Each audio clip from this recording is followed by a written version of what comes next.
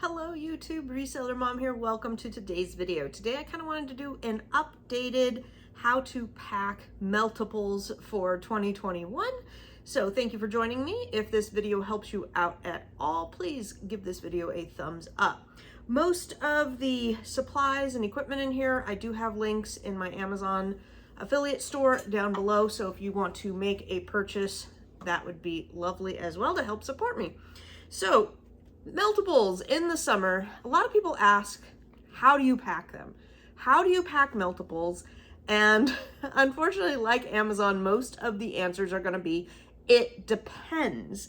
Depends on how big is your item, what kind of item, where are you shipping it to, how much work you're actually going to put into packaging that item. What does that mean? If I am packing a chapstick to Montana, that is going to be a bit different in my head than if I'm packing a very large hollow milk chocolate Easter bunny to Florida in the middle of July. So I'm going to go over all the tools that I use and how I would beef things up if it's going to go somewhere hotter or a item that's a little bit more sensitive, and how you could save maybe a little bit of money and do it a little bit cheaper. So you'll have to make that decision for each of your items. And I probably tend to pack a little bit on the overside when I'm kind of on the cusp between cutting back a little bit or beefing it up a little bit. I usually will go more because you just don't want your customer to get something and have it be a big mess. I get a lot of good feedback. Customer service is very important to me. So I would rather have my customers be very happy. And really the supplies and stuff I'm going to show you is not that expensive if you are selling meltables and have good margins with your products. So you see here out, I've got a bunch of things. And I want to talk first, I guess. I got some examples and stuff. Box or bag. So I have two thermal bags here. These are used for packing a lot of items. They're a little bit cheaper than a box sometimes. Sometimes a box is actually cheaper. I don't remember the cost off the top of my head, but I think they were right around $1, maybe 50 to 75 cents a piece.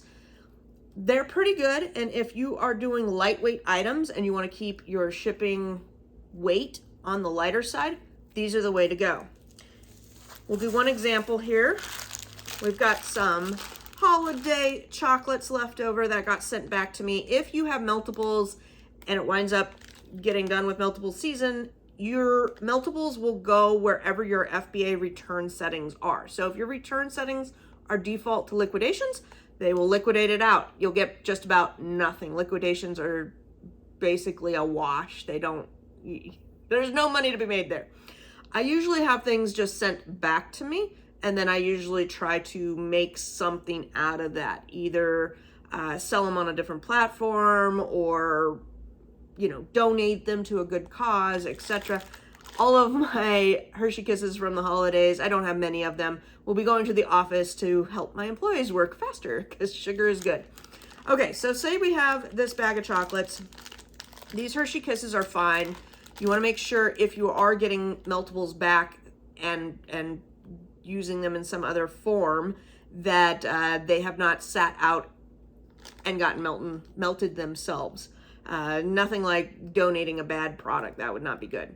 But these are in good condition. So with these guys, if I'm sending one bag, I will typically send it with one of these packs. These, I don't know if you guys can see that. What is it called? Ice blanket. They are safe and eco-friendly, FDA standards, non-toxic, foldable, free cut size, all around fresh keeping, convenient transportation, fast dry, absorbed surface, reusable, flexible, blah, blah, blah. I have a link to these down below. They come in sheets. Can't remember how many is in a sheet, but we take the sheet and we cut it out. So you get these little packets, and then I've got just a baggie full of them. And what I will do is I will take a colander and a bucket of water, and I stick a bunch of these in there, stick the colander in the water, and let them swell up. Once they're all nice and swollen, filled up with water, then I will take the colander out and I let them air dry. And that's because if you do a bunch of these and they're all wet and you freeze them and they stick together, it's really hard to get them to separate. So I'll usually take a towel or a couple paper towels or let them air dry in the colander overnight or throw them out on a towel. And this one I just dabbed off for purposes of this video with a paper towel. Now you may notice on this one, it is cut. They didn't do a very good job cutting these. Whoever cut them up last, could have been me, not gonna lie. But when you cut these little squares, if you nick it and ding it like this, then the little beads are gonna fall out. Now this one, I could still throw it in the freezer and freeze it, but it does make a mess if you cut it and do a foobar like that, mess up. Okay, so once these are dry on the outside and they're not gonna stick together, I stick them in a bag. I grabbed a bag. I grabbed a bigger bag. I usually use the Walmart bread bags, but I am out at this moment. If you go to Walmart and you go to the Ziploc bag section, at the very bottom for about $3.12, you get 100 cheapo bags. Now they're not good for FBA because they're not the right thickness and they don't have a suffocation warning. But if you are doing eBay or just need a plastic bag for organizational purposes, they are the cheapest bag out there that I know of. Okay, so once I got all my dried out little pillows, take them, stick them in a bag, and stick this in the freezer. Then as you're doing multiples over the summer, you take out however many freezer packs you want. Okay, so we're gonna pretend I'm getting the little things all over the place. Probably should have just chucked this, but whatever. Okay, so now we've sold our chocolates. We've sold our bag of chocolates. I'm gonna go get, for this particular one, I would use one of these packs. If I were shipping 6 chocolates, I may use 2 or 3. And again, if it's 6 chocolates going to Florida in the middle of August, maybe even more. All right, I'm gonna get however many ice packs, and I typically like to put them into a bag. And then same thing, I'll use the cheap bread bags, which you can tie a knot in, knot it up, and then I use a piece of tissue paper because these are going to have condensation, especially if you're shipping to somewhere with any humidity. If I'm going to Arizona or Las Vegas, maybe no tissue paper, but I like to have it in a little bit of a tissue paper. Again, a lot of this is just my packing way. You don't have to follow it exactly. Amazon's not going to give you detailed instructions like this. They're going to say, pack it in a way that it makes sure it gets to your customer in a good condition. That's it. It's going to be very blanket. So it's up to you to think and put on your thinking cap and make those decisions. So let's just say we wrap up our little package like this, nothing big. I'm going to put this now with the Hershey's, and actually in this case I would probably take the ice pack, put it directly with the Hershey's because this is in a nice plastic bag. If this was in a, let's say you had like a movie box thing of candy, I wouldn't want the condensation to ruin the movie box wrapping. See how you got to use your brain to kind of think of those things. Okay, so then we're going to put it in the tissue paper, kind of wrap it up.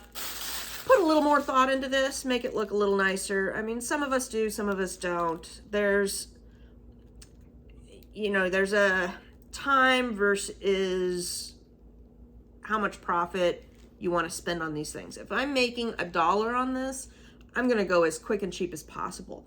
If I'm selling a very expensive chocolate, let's say like $50 worth of chocolate, I'm going to fold that paper up nicely because your customer, you do not want them to be upset. You want to show that you care about it. All right. Then we're just going to stick it in the bag. We're going to fold it over and tape it nice and neat, and then put our label on the outside. Now let's talk about shipping real quick for merchant fulfilled items. If I'm shipping something that's not meltable in the summer, I am going to go with the cheapest shipping option that my merchant fulfilled item can go. So if I'm selling a stuffed animal, it's going to be whatever the cheapest is. I don't care if it gets there in 3 days or 7 days, as long as it's within the parameter that I need to be for that item, for that shipping. If I'm doing chocolates, I'm going to go with 3-day or less, whatever priority is. It's going to be a priority ship. Now, sometimes if this is under 16 ounces, it's going to be cheaper to go without a padded flat rate. And I don't have a padded flat rate sitting real quick, but let's say it's cheaper to go with the padded flat rate priority, you know, the padded envelopes. I would then just take this envelope and stick it in there and do padded flat rate. And that's fine. It's a bubble mailer within a bubble mailer. That is fine. I believe, what is that now? The shipping cost, I think, went up to $8 and some change or something.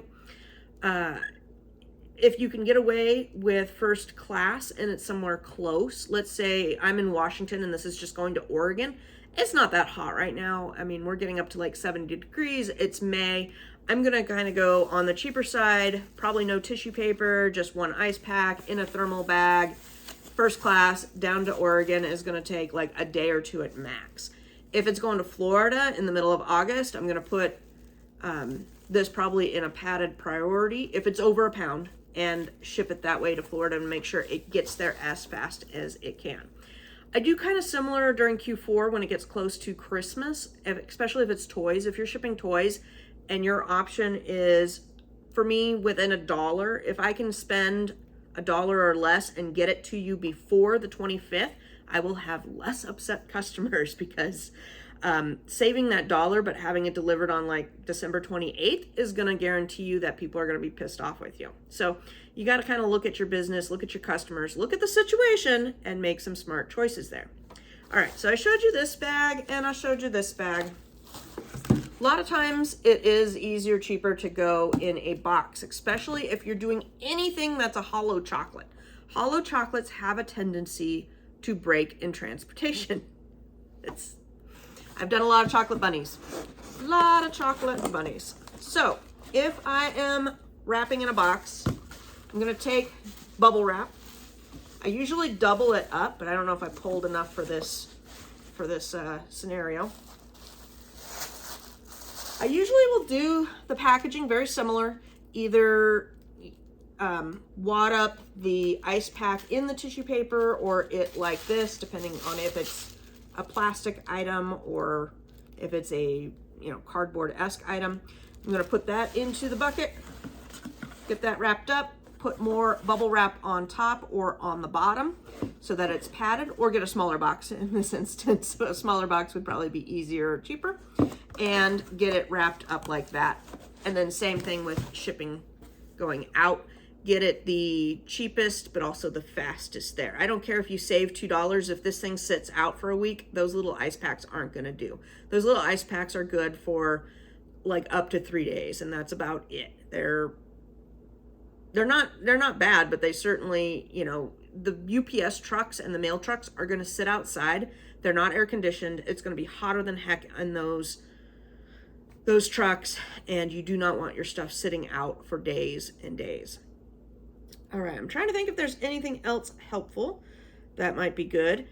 I know Marcy does quite a few meltables and stuff, and she will sometimes put on the outside, there is a sticker you can get off Amazon that says something like perishable food that you can put on the outside, so that way your post people know not to like sit it out in the sun, or I don't know if they do anything with it, but at least for the customer and customer service aspect of it, it shows that you are making an effort. Maybe, you know, your customer came home and they see a lot of packages. If they see that, hey, this is perishable food, they're going to grab that item and make sure it gets in so it doesn't sit out there all day.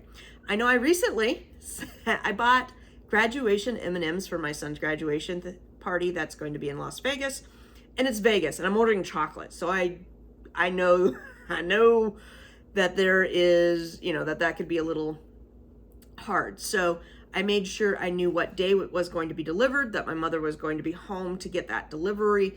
They packed it, and their box had styrofoam all inside of it and these little ice packs. And it was the same ice packs. So it arrived beautiful. It's all good to go. I was really worried it was going to be one big bag of chocolate, one M&M.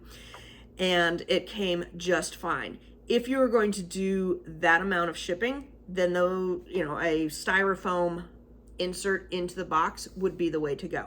Now these M&Ms for 2 pounds, it was $40. I paid up.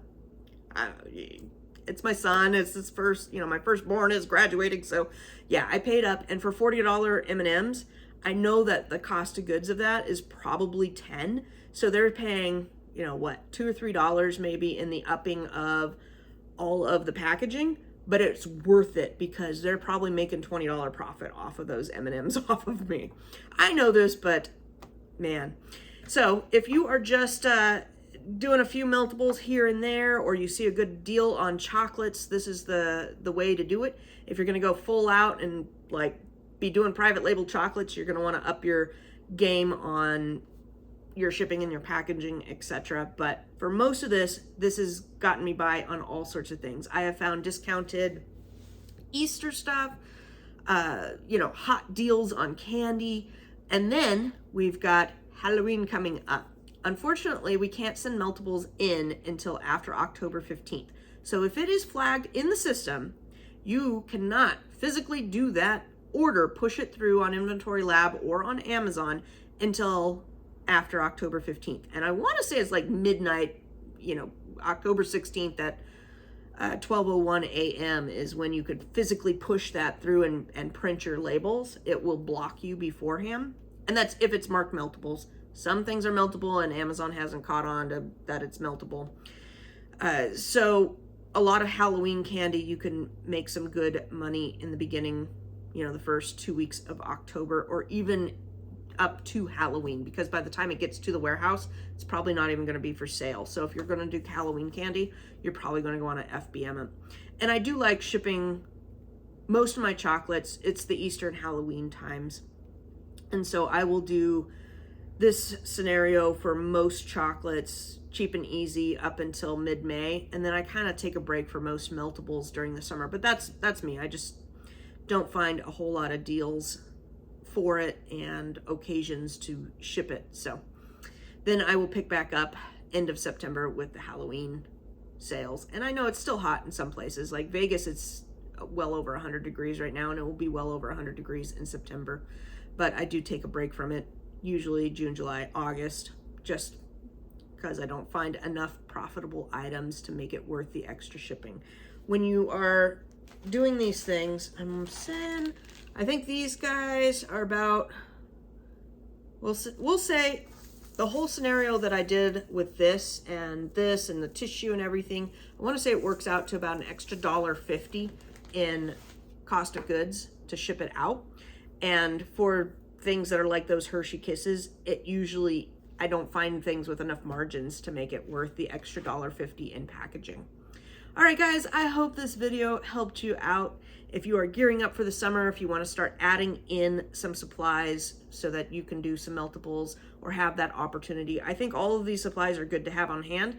And I love having a couple of different standard supplies out, you know, in my office here so that I have the opportunity to ship if I do come across a deal. Nothing like finding something good to sell and then you're like, crud, I don't know how to ship it. You want to have all of your tools lined up. If you were going to start off FBMing, I would start off with boxes, bubble wrap. I recently switched to the American Bubble Boy is the cheapest bubble wrap ever. It's so amazing. And they have a deal right now with the recycled bubble wrap. It's like $7 cheaper, $33 for 750 feet. You can't beat that. So anyhow, I would standardize by getting boxes. I get my boxes usually from Staples. They have a lot of good deals going on. I usually pay about 50 to 70 cents for a box. Like I said, the bubble wrap, it works out to less than a nickel with the sale per sheet of bubble wrap. These guys don't go bad. They can stay in the freezer. You can use a combination of box, bubble wrap, and these ice packs for just about any chocolates out there. These guys do cost a little bit more, and so I would definitely buy this in boxes first, and then if you want to up and have more supplies, get these thermal bags. They do save you on the shipping part, but they do cost more than a box. So there you go. All right, guys, take care and have an amazing day.